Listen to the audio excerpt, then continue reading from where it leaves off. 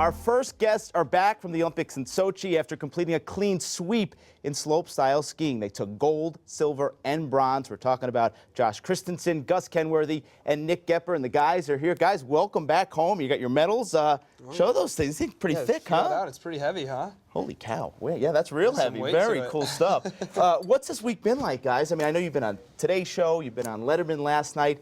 Been kind of crazy? Yeah, it's been a whirlwind. It's definitely something I don't think we saw happening to us anytime soon. It's just been nothing but smiles and joy.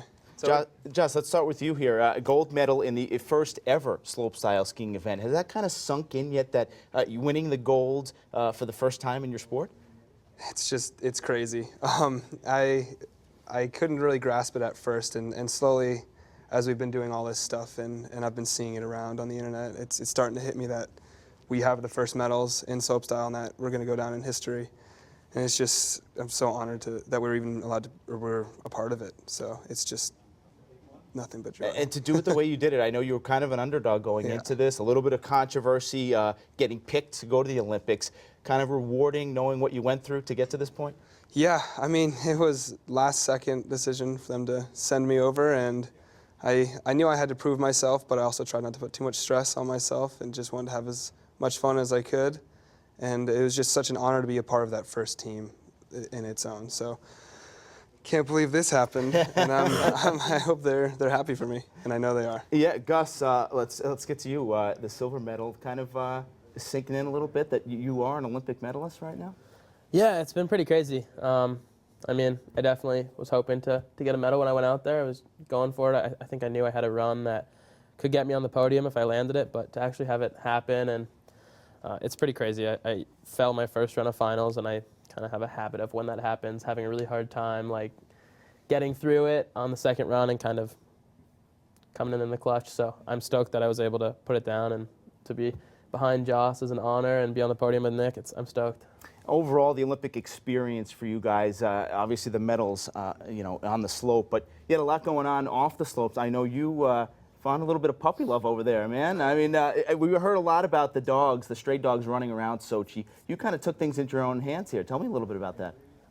Yeah, there's like a crazy stray dog problem there. There's just a ton of stray dogs. They're kind of everywhere. And before the games, they kind of tried to round them up and exterminate them just to keep them out of the view of the public during the games. They didn't want stray dogs ruining Russia's image. And I basically stumbled upon a family of strays and just completely fell in love with them and decided that I was going to bring them back home with me. So you got 4 dogs coming back to Colorado, right? Yeah, a couple more days, like 10 or 12 more days until they're totally cleared to go, and then they'll be flying back to me. Very cool. Nick, I know you had a bit going on off the slopes as well. Tell me a little bit about this hashtag win a date with Nick thing. I know you were called the heartthrob at the Do Games, the Do Tour event back last year. How did this happen? Where'd you come up with this idea?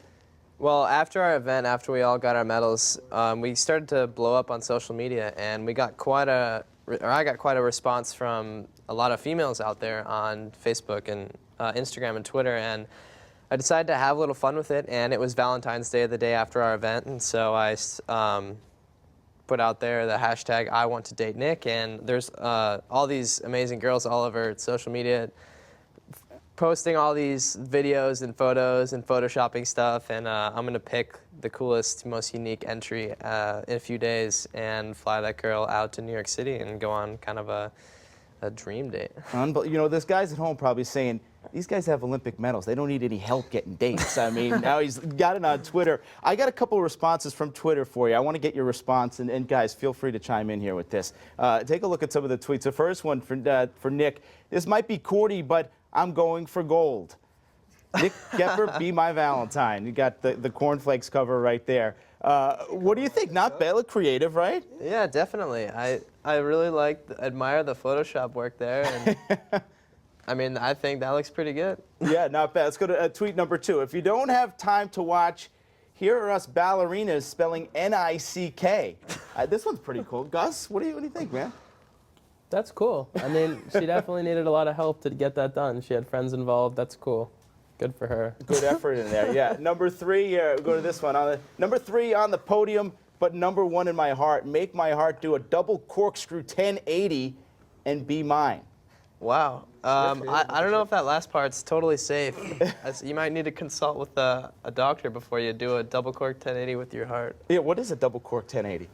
It's you just go off a jump on your skis and spin around in the air a bunch and try and grab your skis with your hands and then land. All right. 1080 is like the amount of rotation. So 1080 is 3 spins, and double cork means that you're going off axis twice. So. Okay. But more than anything with this date thing, I mean, it was just all about like, not necessarily having a date, but just having fun with this Right. and seeing all these really cool responses. Yeah, great way to connect with your fans out there. I got one last one. This is kind of the sympathy vote going here. I had to get my wisdom teeth out on Valentine's Day. Would love to go out on a date. She did not look like she had a good Valentine's Day, guys. Wow, yeah. I definitely, yeah, and some other girl posted an entry and she broke her arm in the process of making a video. So I'm definitely going to reach out to some of these girls and try and make their day. Very cool stuff. Speaking of Twitter, we asked our Twitter followers to let us know their favorite Sochi memory so far throughout the Olympic Games. I'm curious to know you guys. Obviously, the medal is up at the top, but outside of winning the medals, Gus, tell me something that sticks out from your whole 2-week experience in Russia. Definitely the best moment for me was standing at the bottom of the course after my score had come in. Contest was almost over. Joss was at the top. I mean, he's one of my best friends, and I knew that he had already won, and so he was getting this victory lap, and there's just this incredibly huge stadium of people just erupting, cheering, chanting USA, and I got to watch one of my best friends kind of ski down the course, completely carefree, no worry, knowing he already had gold, and that was like pretty awesome to witness. I was stoked for that. Yeah, it seems like you guys have a pretty strong bond that you've developed already. What about you, Joss? Anything outside of your medal that sticks out from the week?